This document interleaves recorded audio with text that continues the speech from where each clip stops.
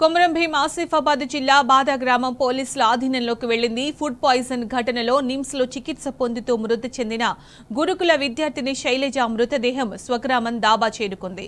Ambulance నుండి శైలజ మృతదేహాన్ని కిందకు దించకుండా కుటుంబ సభ్యులు గ్రామస్తులు అడ్డుకున్నారు. తమకు న్యాయం చేయాలంటూ శైలజ కుటుంబ సభ్యులు డిమాండ్ చేశారు.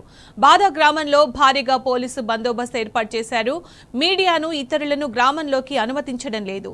శైలజ కుటుంబాన్ని పరామర్శించేందుకు వెళుతున్న బీఆర్ఎస్ ఎమ్మెల్యే కోవా లక్ష్మిని పోలీసులు అడ్డుకున్నారు. దీంతో ఎమ్మెల్యే కోవా లక్ష్మి పోలీసులకు మధ్య వాగ్వాదం చోటు చేసుకుంది.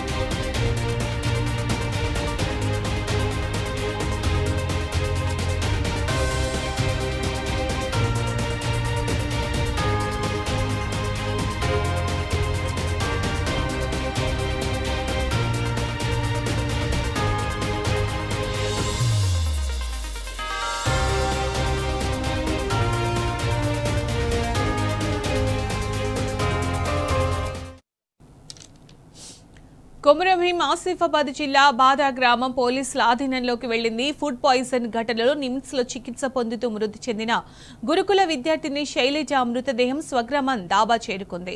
అంబులెన్స్ నుండి శైలజ మృతదేహాన్ని కిందకు దించకుండా కుటుంబ సభ్యులు గ్రామస్తులు అడ్డుకున్నారు.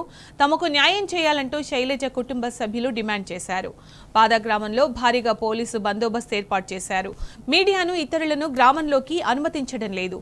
శైలజ కుటుంబాన్ని పరామర్శించేందుకు వెళుతున్న బీఆర్ఎస్ ఎమ్మెల్యే కోవా లక్ష్మిని పోలీసులు అడ్డుకున్నారు. దీంతో ఎమ్మెల్యే కోవా లక్ష్మి పోలీసులకు మధ్య వాగ్వాదం జరిగింది.